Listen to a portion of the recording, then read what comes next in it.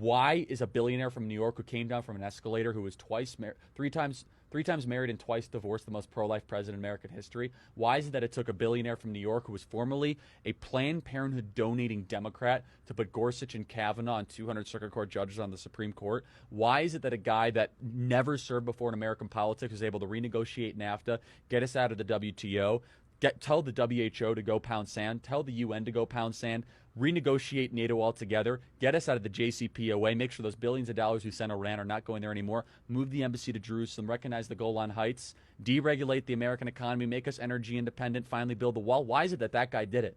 It's because every single other person that preceded him besides President Reagan was part of the problem.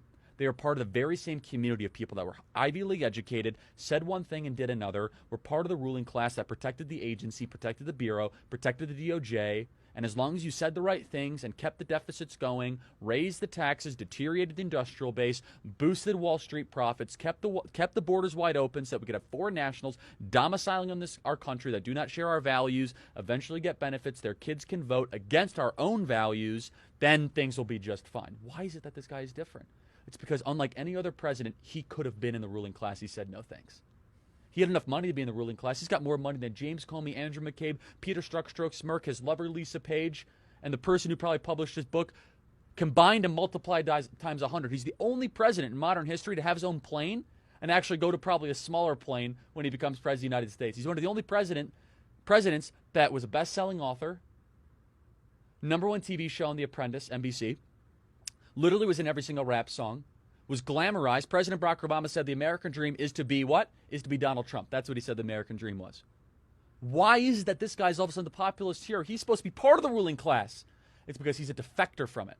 It's because he was in the dinners, he was in the cocktail parties, he heard the language, he heard the contempt that the ruling class, the Wall Street financiers, the Washington, D.C. lobbyists, and the Silicon Valley elites that he had to be around. He knew the contempt that they had for the plumber, electrician, the carpenter, the bricklayer, and the person building the very same building that he was financing. So he took the woman rink mentality, the philosophy that built that woman rink quicker and better than anyone could have imagined, despite the New York City bureaucracy and the municipal burdensome rules. And he said, I'm going to bring this to Washington, D.C., and I'm actually going to do something that a politician has never done before. I'm going to tell you the truth, no matter how brutal and honest it is. I'm going to do what I say I'm going to do. From the time he went down the escalator, he was the only person running for office that talked about China immigration, the two issues that are most affecting our country now. How was this possible? Because he listened to the very people the ruling class hated. He would walk a job site, and he would ask them, what's on your mind? He says, man, I'm really worried that we're getting taken over by China. I'm really worried that we're getting too many people in this country. I'm worried I can't pay for health care. He internalized it. That's what a populist is, someone who listens to the people. So what makes President Trump different?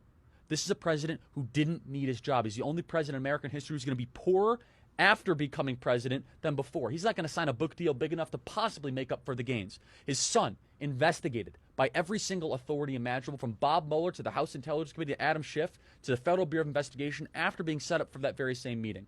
His businesses audited and currently under criminal investigation by the New York Attorney General for no reason and no grounding further. His other son, Eric Trump, his charity gets shut down for self-dealing despite no evidence at all. He just wants to give treatment to cancer kids, St. Jude's Hospital.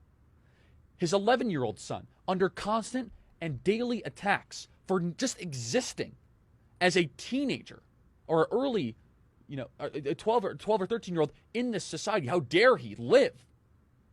He's the only person that would be more damaged materially, philosophically, and morally. Every other president ends up better on the back end. They end up being able to write their stoic journal and drama and being better respected. This guy is a vessel for us. A vessel for those of us that have nothing but resentment for the kingdom of Washington, D.C. The type of people that think everything is just perfectly fine because we just built a Hermes. Hermes is now in Reston, Virginia. Don't you know? Louis Vuitton's in Fairfax County, everybody. Things are great. Didn't you know that we literally have Dolce & Gabbana now in Georgetown? Things must be wonderful.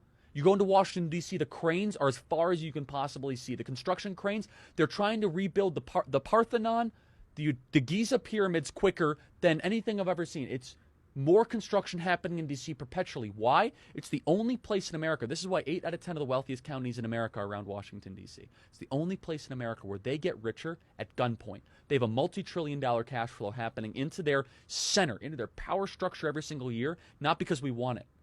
If Chicago and Minneapolis and Detroit, if people get rich there, they have to convince you to buy their products. Maybe it's manufacturing, maybe it's automobiles, maybe it's Best Buy, which is, of course, a Minneapolis company. But Washington, D.C. is different. They do it at gunpoint. This is why Trump is different, and that's why I wrote the book.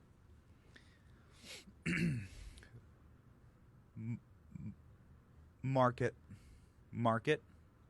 Ladies and gentlemen, you will not hear a better argument for the President of the United States than that 2.5 minutes right there.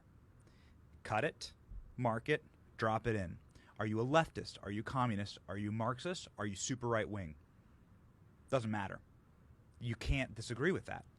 That is the best argument you will ever hear, condensed, distilled like a proof alcohol into why Charlie Kirk believes in this president. And so if you're looking, look no further. That 2-minute clip right there. Well, Cut thank you. it. Email us, freedom@charliekirk.com. Here's one for you. Thank you, Benny.